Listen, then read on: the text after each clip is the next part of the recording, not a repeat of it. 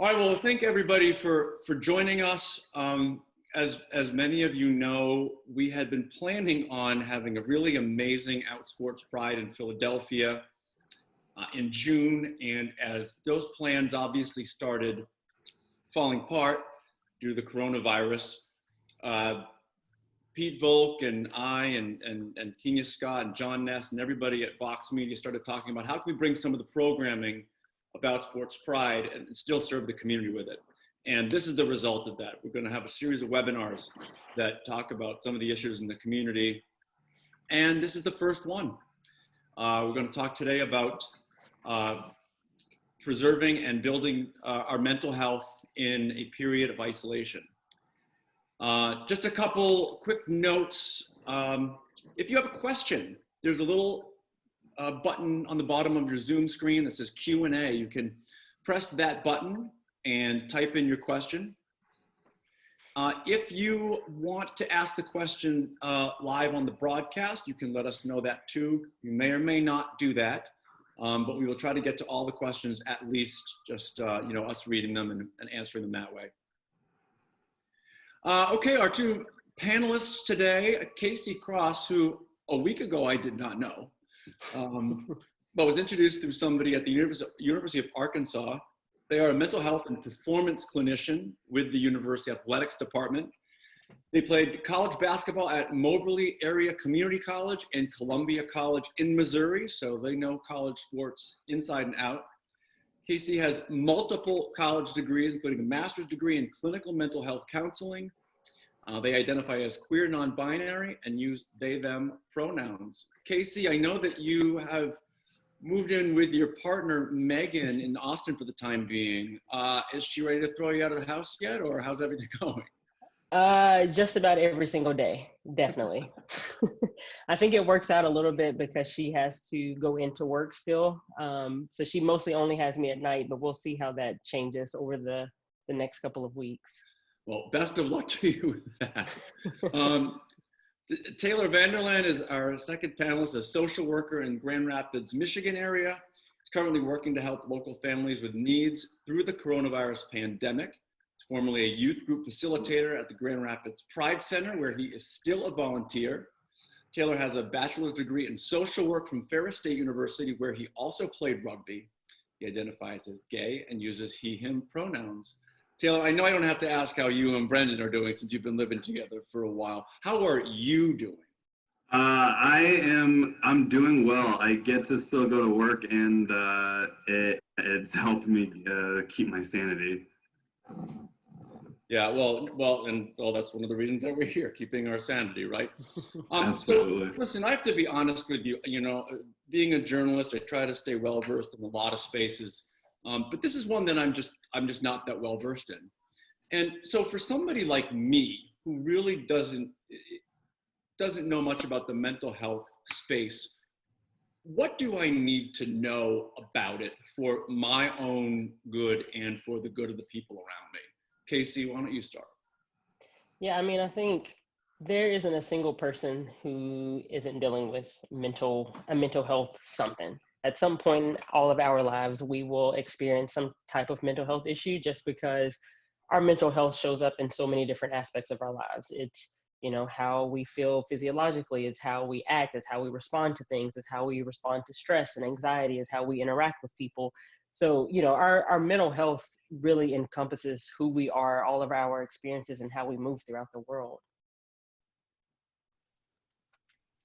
Taylor, how can I understand that, but how can I identify when I might need help or I have an issue that I need help with? Because, I'm a stubborn guy. I don't need help with anything, right?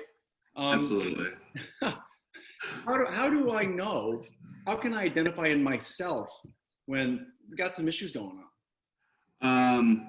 So for me, I know that something's not right when I withdraw or I am not able to give myself the way that normally I would. So like right now, what's happening is pretty exhausting, and as much as I want to give myself to emotionally to my family members or friends, it's hard because I see everything on my phone and I'm seeing what's happening, and I'm just not able to be there for people like I normally would. That's how I know that something's not right. Mm-hmm. So what you're saying is you're not in your spaces the way that you usually are.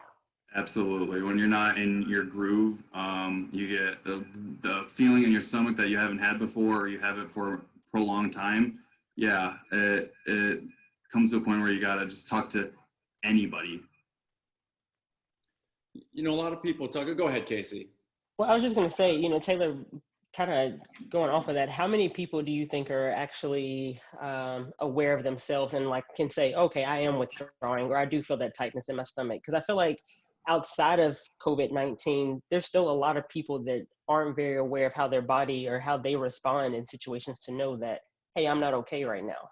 Absolutely. I think it's really hard for people, and not a lot of people are able to really take a minute or however long of their day or time and just ask yourself, am I okay? I think that's hard for people because not everyone knows what their okay is. So it's a hard question to ask yourself. Yeah, for sure. I know you talk about reading the headlines, and I keep getting asked this question, you know, is everything just going crazy in Los Angeles, right? And I'm like, no, everybody's stuck in their house. Like, there's nothing's happening at all. No.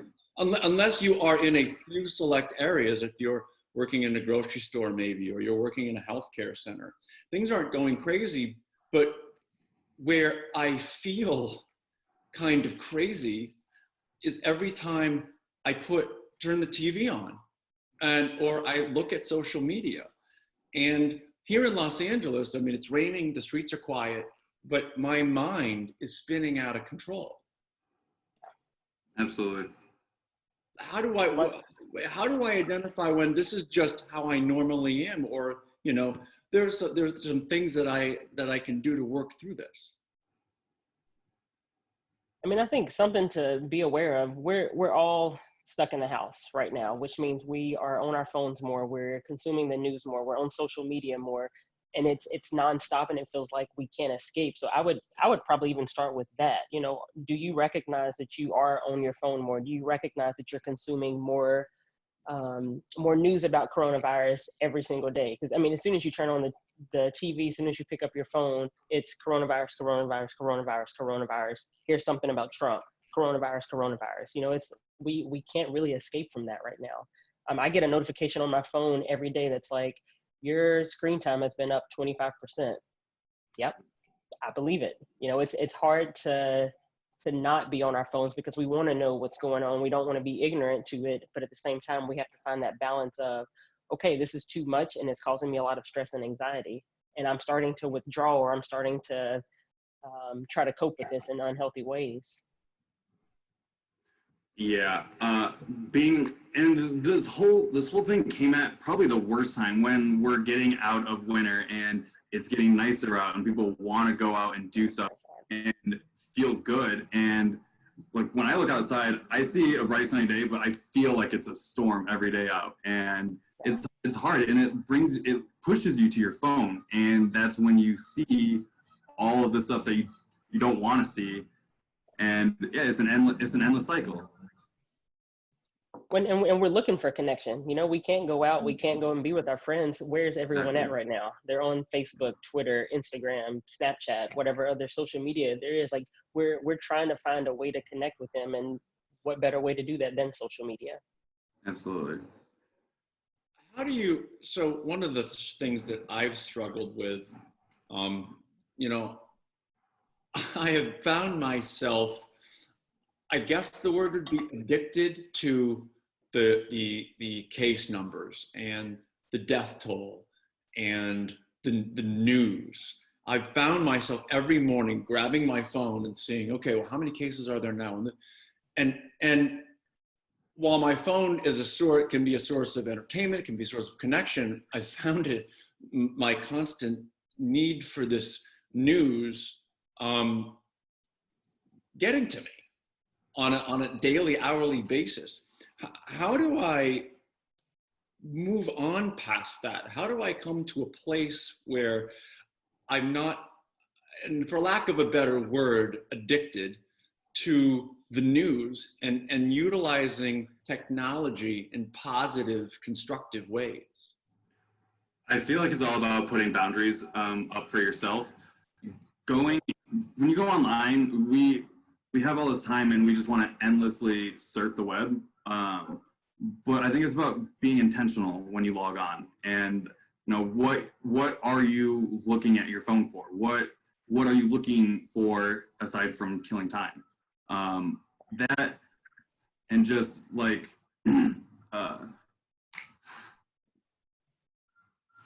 we're killing time on it, and look at what you need to know and then stop. Just, there's such thing as being way too informed, and it's happening quick here. I mean, I know I caught myself kind of doing the same thing initially, Sid. Like every morning when I pick up my phone, the first thing I would do is go to CNN and see what the number was.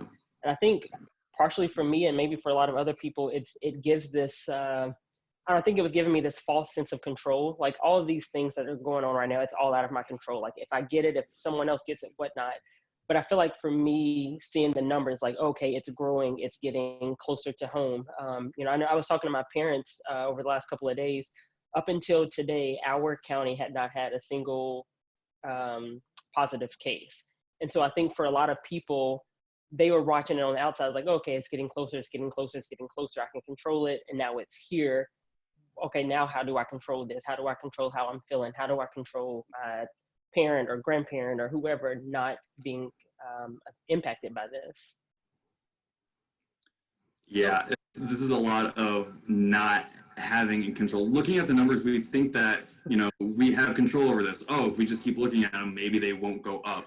But they keep going up, and we know it's going to keep going up, but we don't want to believe it, and rightfully so. This is really hard. This is really hard to believe. In my head,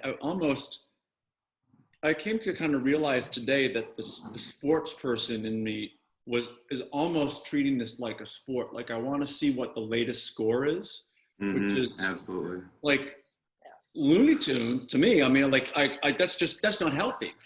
Mm-hmm. And it's just I've been struggling with how to break away from it. As a sports reporter, as a fan, I'm so used to seeing what the latest number is. It's like election night. You want to see just what you're voting every night, and you want to see what the latest number is. And I'm trying to break away from it and struggling with that.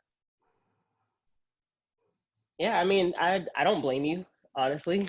I think it does give us a little bit of peace to be able to look at these things and feel like, okay, we're at least staying informed.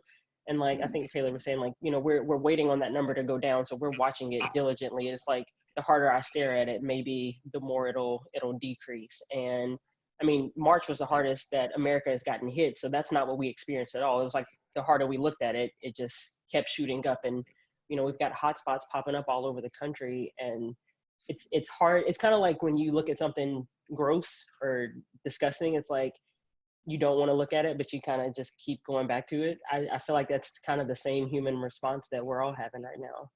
Absolutely. So I've identified this in myself, that this is just not a healthy action of mine. And I'm working to really proactively stop it, like intentionally stop it. And you mentioned something earlier. You talked about, Casey, you talked about unhealthy ways. How do you identify when you're doing something that's unhealthy? I mean, yeah. Taylor, you had mentioned earlier, just, you not being able to be present in your spaces, but that's tough. I think that's tough for me to understand. It's tough for a lot of people. How can you identify when something you're doing is not healthy for you? I mean, I think it helps when you have someone else that you are quarantining with to hopefully be able to point those things out. And even if they're not being direct with you, you start to feel a little bit of tension, or there's something going on. I think it's a lot harder when you're probably quarantining by yourself. My partner works in the sales of liquor, and the amount of alcohol that they're selling right now is, I mean, it's, you know, great for our household income, but you know, where's that line for some people? For some of us, it's just like, oh, okay, you know, I'm drinking a little bit more because I'm not going to work and I don't have anything else to do. For other people, it's being a way of coping. And I think you really have to be aware of yourself to know where that line is, because where my line is, it may be completely different from Sid's, which may be completely different from Taylor's. Yeah, I think knowing when it is enough is when you're uncomfortable in your space and you're not enjoying watching TV like you were, or you're not enjoying your phone like you were. I think that's when it's time to throw it down, turn it off. So that's interesting. One of the ways to identify unhealthy ways is just too much. You've taken something that you did in moderation, and now whatever it is, we've mentioned the phone, we've mentioned alcohol, we've taken it too far, and that's one of the ways to identify that, okay, there might be an issue here that you need to address. Yeah, and I think like what Taylor just said, if you like, if it's something that you've done in the past and it's for fun, but all of a sudden it's not fun anymore, it's just like, it's just something to do, that may also be an indication. Yeah. What are some of the ways that you suggest to people to use technology for the positive? Like, you know, one of the things that I do, and I've been doing for a while, is when somebody posts about negative politics all the time, I just mute them. Because I want to engage in Facebook and Instagram and Twitter. I just don't want to be bombarded with political negativity all the time. What are some of the other ways that you might suggest or consider people continue to use their phones and identify the positive ways, but also what would you suggest to kind of try to eliminate some of that negative? So right now we're being flooded with all of this negativity. So why not flood it with positivity? People who keep posting pictures of their dogs, like, keep doing that. That is what you're supposed to be doing. It's something other than what is happening. Just anything else that put a smile on your face, post that. Yeah, I mean, I think we've got to be responsible for curating our own social media, whether it's now dealing with COVID-19 or even once we get out of this.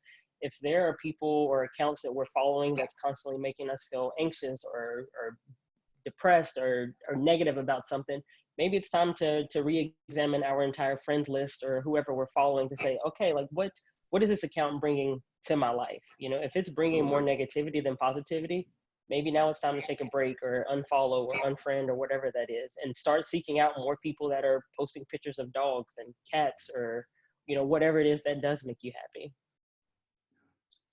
You know, you talk about being surrounded by negativity, and we're not, all of us aren't in control of how much negativity we're surrounded by. And one of the questions that's come up is from Micah Porter, who's a coach and athletic director in the Denver area. And he asks, what suggestions might you have for LGBTQ students who may now find themselves isolated in households that are unsupportive of their identity or sexual orientation? I would say call your local Pride Center, because I'm a little biased, but also Discord, I hear, is a really good app that has like categories, and you can be specific, and people are talking about the same thing. So there are ways online, as we are stuck inside. There are ways, and there are people you can call still. Yeah, and you know, if you're stuck in a household where, you know, your identity is not being affirmed, if you can, find somewhere in the house that is safe for you, just to kind of take a break from everyone else. You know, I know I've had to do that several times when I'm in spaces where I'm just like, okay, yeah, people here are not cool with who I am. So I go and find a person or another space to just be by myself, maybe get on your phone, scroll social media, to find more positive people that are going to help support you during this time, for sure. Absolutely. I don't know what Discord is. Taylor's quite a bit younger than me, so he's a little bit more hip. Well, hold on there. So I didn't know what Discord was until Corona happened. So I didn't know what Zoom was either. But What is Discord? it's like a chat room kind of thing. I really should know what it is. I've been using it the last few weeks. I'm said as the over resident Volk. youth, I can answer this. Yeah, Please. this is Pete Volk, who's at Vox Media with us and who oversees Outsports, who's amazing. Pete, you have some insight? Yeah, Discord is a community chat platform. It's used primarily by people who play video games together or who have shared community interests. I'm, for instance, in a Discord for queer fans of motorsport, which is, as you might imagine, a niche audience. But the whole idea there is it both allows for text chat and voice and video chat. So it's a way to communicate with people. Wow. You know, continuing on Micah's question, you know, it almost sounds like what we're suggesting to that LGBTQ student in a maybe hostile, again, for lack of a better term, household, is to find spaces where you can be your true self and maybe honestly not be your true self in other spaces where in your household it's not welcome. Is that what we're saying? Yeah, I mean, I think for some people out there, their households probably aren't the safest for them to be themselves. And I am all about being your authentic self, but not at the expense of your own safety. 100%. And so if you do have to separate yourself, like maybe you only get an hour a day, you know, neither one of your parents are accepting of your identity, and there's at 3:00 every Thursday, that's when you have the house to yourself, or you can be in this one room of the house. Go and do that, but kind of also figure out, how do you want to be in that space? You know, what are things that you can bring into that space to make you feel good? If it's puzzles. If it's you have a dog or a cat around, bring the dog or cat around. If it's connecting with someone over Discord or Tumblr or Instagram, do that in that space, but try to build your own space that since we don't have that out in our communities right now. You know, it's interesting that, you know, one of the things that came up for me was, this is one of the things that Caitlyn Jenner talked about when she came out, that she lived one life with her family and her friends, and every once in a while, very privately, she would be Caitlyn, and those moments really got her through that period in her life. So I think that's amazing advice. Yeah, I mean, look at those of us that are out, maybe it was hard initially, but once you are able to kind of move into that space, how freeing it felt, even if it's just with one other person, or if it's just in one space in your life, it's such a freeing feeling to be able to say, okay, this is me. I can show up in this one room of the house and just be who I am. Absolutely. And it's kind of a great way to shut off the computer too. Practicing using your preferred pronouns out loud, or saying your name out loud, or, still being there for yourself, which is a weird thing that a lot of people don't know how to do. Yeah. This is a question that's come across Taylor's desk from Brendan Moon. Before COVID-19, the extreme use of technology and social media usage was seen by society as being disconnected, that social media was disconnecting us in a way. We're always on our phones.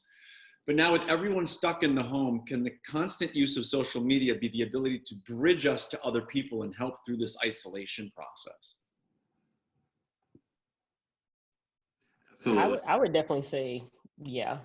Yeah. And I say this because I grew up in a very, very small town, and I grew up back before social media was a thing, but it would have been nice to have been able to connect with other LGBTQ individuals via social media, just because, not that there weren't other LGBTQ people in my town, but it was in the South, it's a small place, no one really comes out when you're that young. So it would have been nice to reach out to other people from all around the world to just say, just to show up as who I was. And so I would say this is kind of a similar situation right now. We can use it to our benefit. Yeah. I think the rules still go with, though, it's Yes, find is online and you really use them and take advantage of them to make that connection with people that, you know, they've been telling us, oh, you know, this is just doing worse for everyone. No, it is showing that it's doing better. It's keeping people's mental health still above water, but still keeping up your boundaries and limiting your time, because as cloudy as it feels, there's still sun outside. So enjoy it for a little bit too. Yeah, keeping that, this will come to an end. There will be an end of the storm. I will add this to that. You know, if you are at home with people that you're comfortable with, also try to use this time to further connect with them. I know me and Megan, we've kind of pointed it out to one another. Sometimes we'll just be sitting on the couch, just scrolling on our phones. And then I'm just like, oh, wait, let's put our phone down and let's talk. You know, how was your day? How are you feeling? Like, just kind of do check-ins with one another. If you do have people in the house that you are comfortable doing that with. And speaking of the storm ending, this is a fantastic question. I've seen this happening on social media. Living alone, this is from Ryan Redmond, living alone is quite isolating. I've considered getting a pet, but not sure it's wise to make that type of decision under the current pressures. Any tips on making big decisions, jobs, pet, while under this kind of duress? I've seen several people get pets. You know, that's somebody to have in the house. Is making those kinds of decisions now a good idea? How do you weigh the good now and, boy, the responsibility for the next 10 years? You got to think about how it is, what it's going to be like when this is done, because it will be done. Like, if you get a pet, you better, You're keeping that pet. Yeah, keep that pet. 'Cause you don't know what your job is going to be like, or your new job is going to be like, or your new life is going to be. We're not going back to what we were, but we're not staying this either. So think about that. Those brass decisions, you got time to think about them. So really, you got time. And I mean, right now, right now is a great time to kind of trial run a pet. I know that sounds worse than what I mean it, but like there are a lot of places that are looking for foster homes right now. So right now would be a great time to foster a pet, and then you can kind of reevaluate later, but at least, you know, a pet can have somewhat of a home, person to come to instead of just being in a shelter or wherever it is.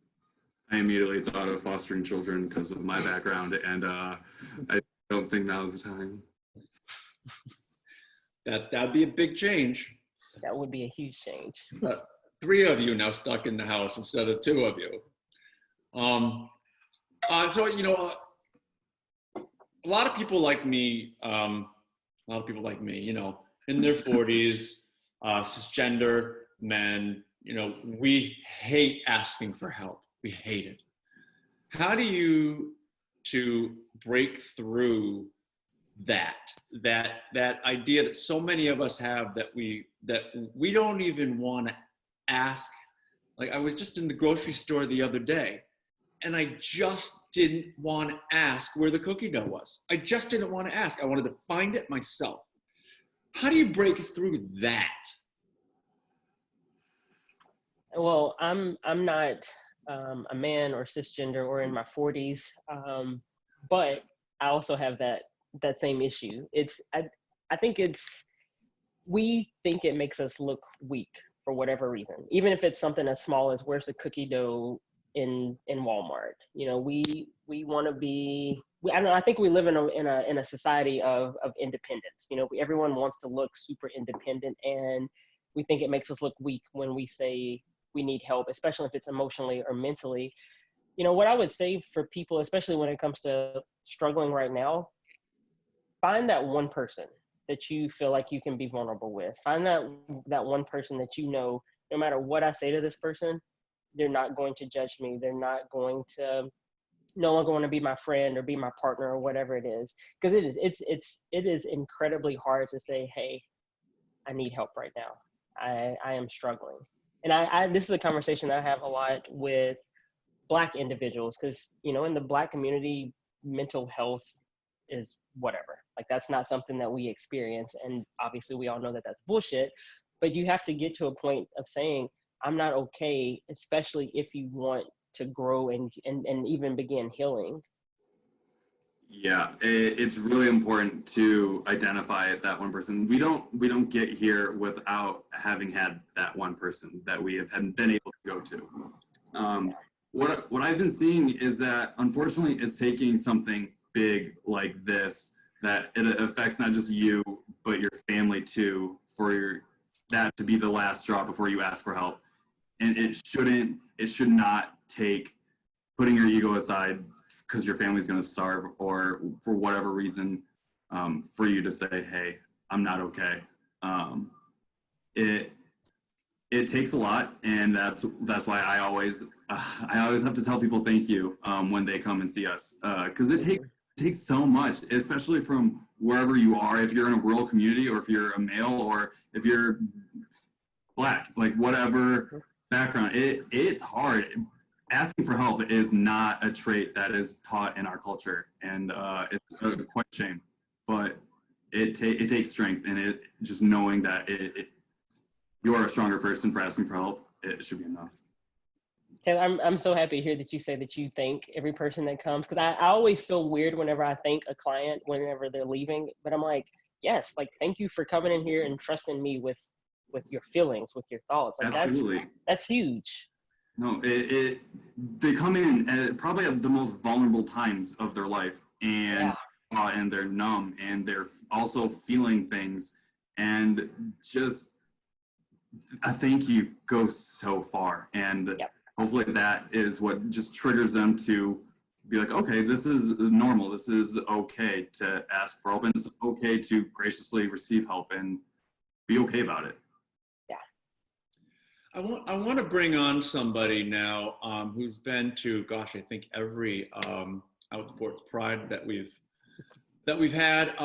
Mike Brusseau, who lives in Boston, and he has a question that I think is fantastic, and we're going to try to bring him on. I'm going to try to make this work. Again, this is the first time for us, so if we screw this up, we screw this up. It's okay, we're all in this together, Sid. I know. Yeah. Listen, I'm watching an international news station mess this up, so I don't feel so bad. Mike, are you able to join us?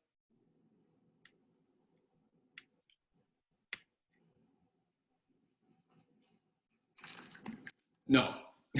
All right. Well, I'm going to ask this question because I think it's a fantastic question. Can you talk about allowing yourself to feel the way that you're feeling and not minimize the pain we're all feeling? I think it's important for people to understand that the way they are feeling is valid, and it's okay to mourn the loss of the experiences in your life that aren't happening because of COVID-19. Absolutely. So it's easy to look at someone who's working and say, oh, lucky, at least they're working.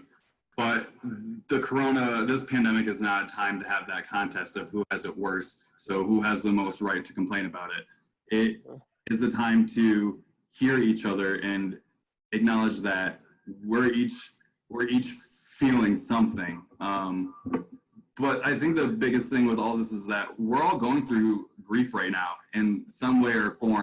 We are all experiencing the loss of a life that once was, or a life of being able to socially and go see people carelessly without thinking twice about it. It's a life that we might not have back. And it's important to just acknowledge that you're grieving and to go through those stages of grief. Yeah, Taylor, I'm so happy you mentioned the grief aspect. And I think it's important, even being able to grieve some of the things that don't seem important.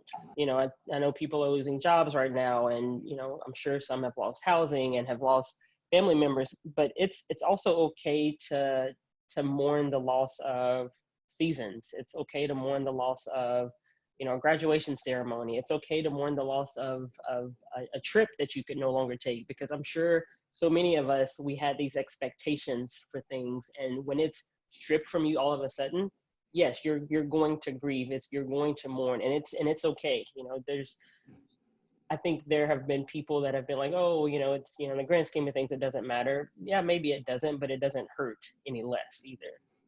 Absolutely. I really noticed the grieving the small things, like grieving how I used to go to the store and the difference in feeling that I had and I will have. Yeah.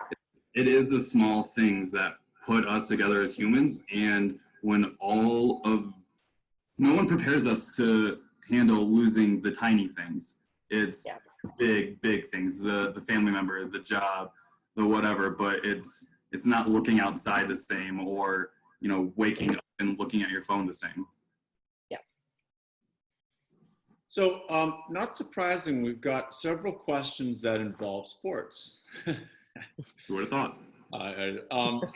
And there's kind of a theme to some of these, so I'll try to distill this a little bit.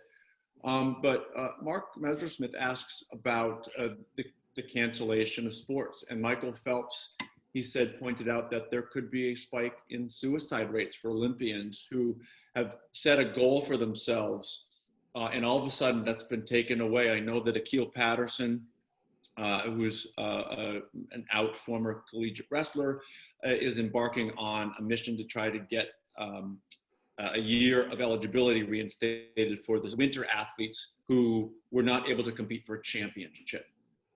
How do you work with those athletes and what would you say to them who suddenly find themselves with a goal removed like that? Oh, man, I think that's a great question. It's hard to know. It's hard to give a general answer. I guess it's what I'll go with. Mainly just because working with athletes, I was able to see it firsthand. We had to go and deliver a lot of the news to athletes, like, hey, your season's probably over with.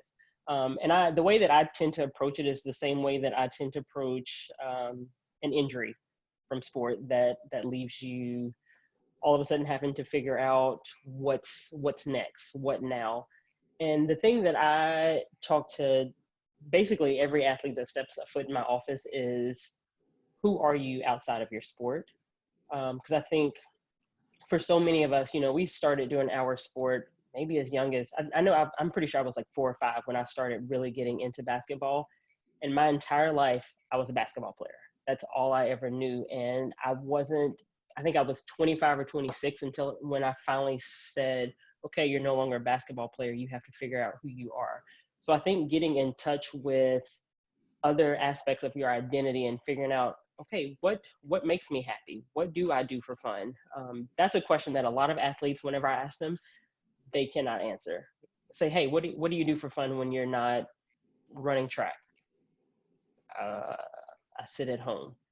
Okay, like let's start figuring that out. And I know it's a little bit harder right now while we're all stuck inside, but there are other aspects of athletes' lives that you can try to figure out right now. And I don't necessarily think it'll make it easier, but once we do come out of this, I think at least knowing yourself a little bit better will help you in the long run. Absolutely, that's really awesome. I think that making peace with what is now, and that it was meant to be, and that's the hardest first step is making peace with what happened and with yourself. But there's this word intersectionality that comes to mind, because we're not one-dimensional figures. We have all of these different pieces of us that make us who we are. So explore those, but explore them with what you took from sports. These set of skills and this mindset and behaviors that we learned in our sport that can be applied to so much else. So take that and run with it. Find what else you are passionate about, because there is something. I want to kind of stay on this topic for a minute, because I think there are a lot of people, particularly in the sports world, who find themselves in this space. And so, Taylor, you're talking about a couple things there. You said you have to make peace with it, and then one of those ways was that you said, find how you're going to use the lessons you learned in sports to apply to the rest of your life. How else can people make peace with this? What are some of the other tools or recommendations that they can do to kind of come to terms with this notion of sports at the level they were competing at suddenly being gone? It doesn't affect just one person. There are other people who have gone through this, and I think those are supports that are really important to utilize. With people who have, I guess, had everything stripped away from them in a moment's notice. Talk with those people. Ask how they did it, how they got through it. Just talk to people.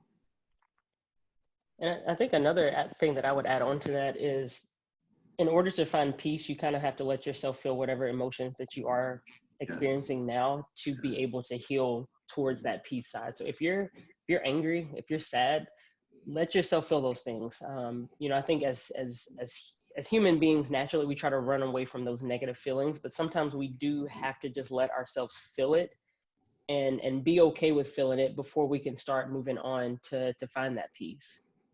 And it's almost like letting yourself feel it in a time like this is really hard, because aside from letting yourself feel the impact of life being shut down, now add on the impact of your sport, of your career being done, and what next when we're in a time when nobody knows what's next.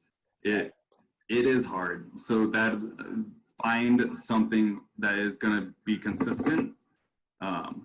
Find a support that's consistent through all of this and lean on that.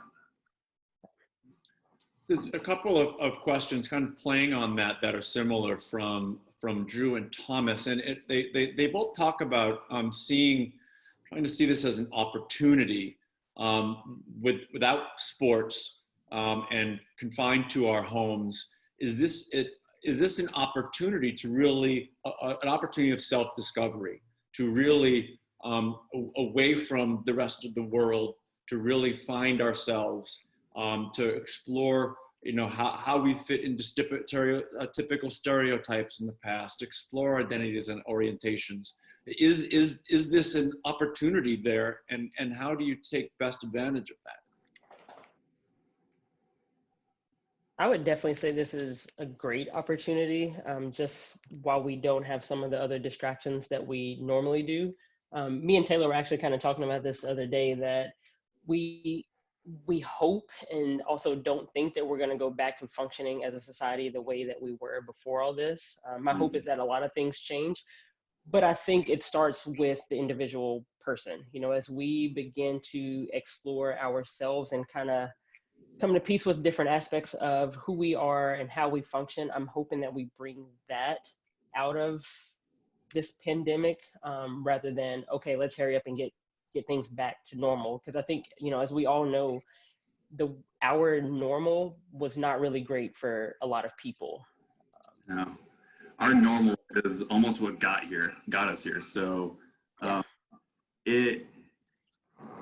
finding a happiness in that new normal that we're going to have, finding excitement in the unknown. Usually the unknown and change are the scariest thing that this life has to offer. But in terms of self-discovery and growing as a person, this would be a great time. But there's a challenge to it too, because we can't go out and, we can't physically go out into the world where we have grown before, and we can't utilize a lot of the same people the same way. So it's going to be a real challenge on how we're going to make it happen, because we don't have those distractions right now. So ideally it would be perfect, but we don't have the outside world there. All right. And Sid, like I was telling you the other day, whenever we don't take time for self-discovery, we end up being who other people want us to be. Maybe now is a perfect time to kind of figure out who have you been being, and is it really true to yourself, or is it just the way that other people expect you to show up? And I think especially for athletes, we get that all the time. We're expected to show up a certain type of way because we're an athlete. and maybe that's not who we are, but we have to put on this facade to move throughout the world, because that's the way that an athlete should look, should act, should think, or whatever. This might have been the perfect reset button. We're being stripped away from a lot of this stuff, and yeah, those identities that we were comfortable with and that we knew are gone. Yeah, this is probably a great time to utilize that. Yeah, absolutely. I have a friend who just posted on Facebook this afternoon. It was a very long post about how, you know, for years he's been in this circle of friends, and it, you know, it was he felt pressured to, you know, wear a t-shirt and wear jeans, and he said, I'm just not doing that anymore. I don't feel comfortable in it.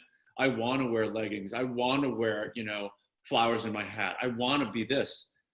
And I thought that was just such an amazing revelation for him, away from his group of friends, away from the pressures of societies and the gay bars and this. And he's like, I'm just going to be me from now. That's so awesome. That's a good point, because I mean, you have this time now to yourself, so you can wear what you want and get comfortable in what you were comfortable with. You can, this is going to sound crazy, but talk to yourself. Like, use your real voice, not the voice that you or society has told you should have. Use what you have that everybody has been telling you to keep away. Be comfortable in it. Find comfort in it now. Mm-hmm.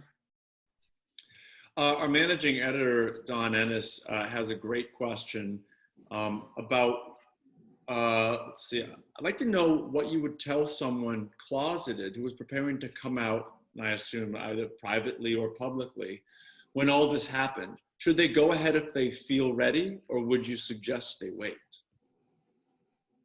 Feel ready? I was gonna say, my number one thing for when anyone is deciding to come out, it's always safety. You know, that's always what I'm gonna put in the forefront. If that person still feels safe to come out, if they are around people that they feel like will ensure their safety, will hopefully support them, even if they don't necessarily understand or whatever, like if they feel like they're with people that can eventually get to that point of understanding and acceptance, then I say go for it. If, you know, obviously there are other factors to consider within that. I like that you use the phrase "stay safe," because we've been using that a lot. We have been using "stay safe" in a new and everything. But it adds another layer when it's an LGBTQ youth or someone who's trying to come out. Especially, like, what if this hit at the same time as somebody's breaking point of not being able to stay in the closet hit? And now what? So it just forced them right back in. Yeah, it forces them right back in, and with the future being uncertain, that can be really dark. But it doesn't have to, because when this is all over with, people can still come out. That will be the cool part, is that doesn't change people being able to live authentically. So when this does come out, it's kind of symbolic. Use it, but be safe. And I guess that's the recommendation you give anybody. We hear all the time from kids who don't want to come out because their parents are paying for college, or there are various reasons that we don't. You just have to, analyze where you are right now, your current situation, and figure out if it's safe. Absolutely. I got one more question. We got about 10 minutes left. Got one more question. Then I want to kind of shift gears into how we can help others. And the question that Dennis has is, how can physical activity, movement, and leisure benefit us during this time, keeping in mind mental health and self-care? And on top of that, we see reports now from places that are barring leaving your house, like places that have removed that. So how does physical activity interplay with our mental health and self-care? And when that is completely removed, forget about sports seasons, when you are forbidden from leaving your house, which some people are, how do you replace that need for activity? I don't think you need to replace it. I mean, working out causes causes endorphins, and endorphins make you feel good. So you can do it in your living room. You can just fucking move. I hated I said it. I hated the Now I have to put an explicit mark on the webinar. Well done, Taylor. Nice. You're lucky I waited this long. I know, right? But I had a hard time adjusting to at-home workouts and the workout videos because that's never been me. I've always been really skeptical of it, and now this is forcing me to try something new. So I'm trying something new and giving the at-home workouts a try. So you can move. You can move in your house. Yeah, I completely agree with Taylor. I have always despised body weight workouts, at-home workouts, and now I'm forced into that situation. But this is the thing. We've all played sports for so long. Our bodies are used to moving. And we have to do that courtesy to keep it moving. Even if it's not something that we love, like it's gonna make it to where when we come out of COVID-19, when we are able to get back in the gym or spin class or whatever it is, it's gonna make it that much more meaningful and great because we got through this right here, and for a lot of us, this is probably the ways that we coped before all of this. I would say stick with it as much as you can.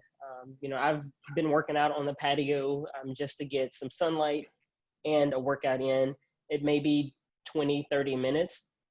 It's not my normal workout, but it's something. I'm moving, I'm getting my endorphins up, like Taylor said.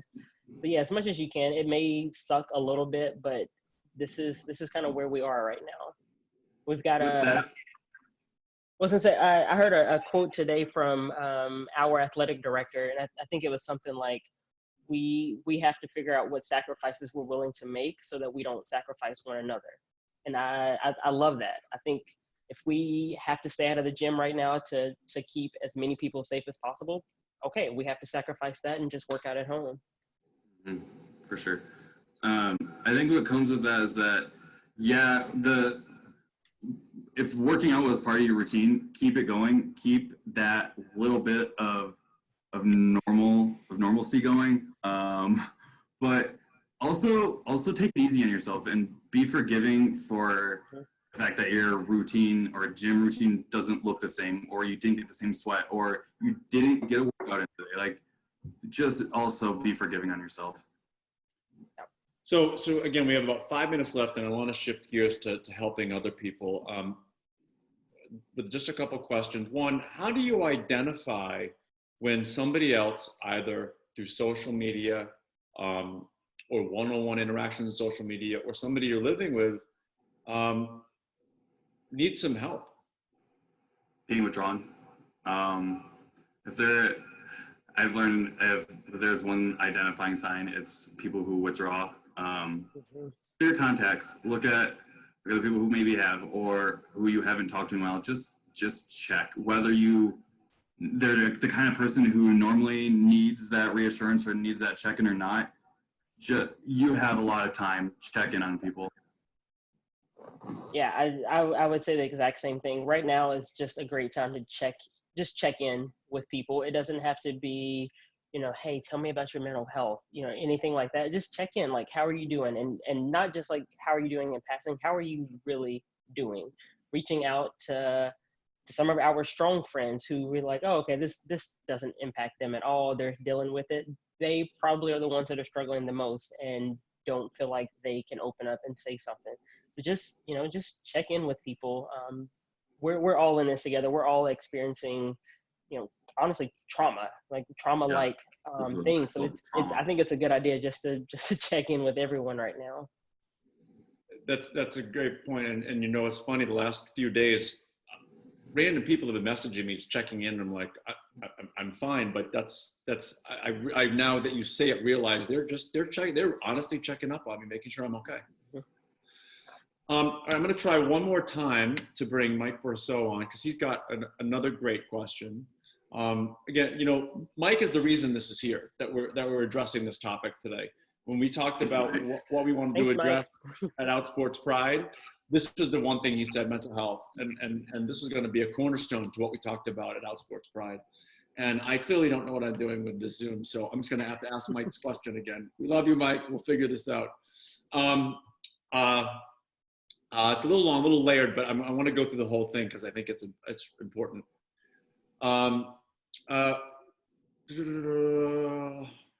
When asking for help, we often ask that one person in our life that we know will likely be there for us. I often tell people in my life they can always contact me with anything, but lately I've just been struggling myself day to day. How do you appropriately tell someone, hey, I hear what you're saying, I just don't have the capacity to help you right now, but offering them something versus nothing? That's a fun one. Yeah, part of me, maybe it's because I'm a very direct person. Part of me says that the answer is right there in the question. I think as people, we have to be understanding of boundaries. And when you are kind of at your point where I'm like, I can't bring in any more, maybe saying, hey, I know this topic is really important to you right now. I'm kind of at my limit today. Can we revisit this topic tomorrow? Is there someone else that I can like help you get in contact with? Is there someone else that you can talk to about this right now? But I'm literally at my limit, because I think, especially in our field as clinicians, our capacity is probably higher than most people's, but we still hit it, and we have to say, I can't be in this conversation right now whenever we go back to our social lives. And for the most part, I think when we explain why we're saying, hey, I don't want to talk about it, it's not me being an asshole. It's me trying to protect myself so that I can be there for you later on. Absolutely. Yeah. In our profession, we do naturally have these really high thresholds, and we also naturally want to go past those thresholds too. All the time. But it's having the boundaries that you don't really need to justify yourself too much, but you knowing yourself and when to say, I can't be this person for you, but who can I contact for you, or how else can I help you, or can we do this tomorrow, and then taking it on yourself to follow up and check on them tomorrow. Yeah. Well, I so appreciate you both being here. I know that people can find you on through Outsports and through social media. I know, Taylor, you volunteered to hop on the phone or chat or whatever with people when they need it. Really appreciate you both being here, and hopefully this is just the first of many times we'll get you connected to the community, and just appreciate you both. Thank you so much. Thank you for having us. Yeah, thank you. Thank you for putting this together, Sid. Really do appreciate it. Seriously. And everyone behind the scenes. Stay tuned for more Outsports webinars. We'll do this kind of thing more often. Thanks for joining.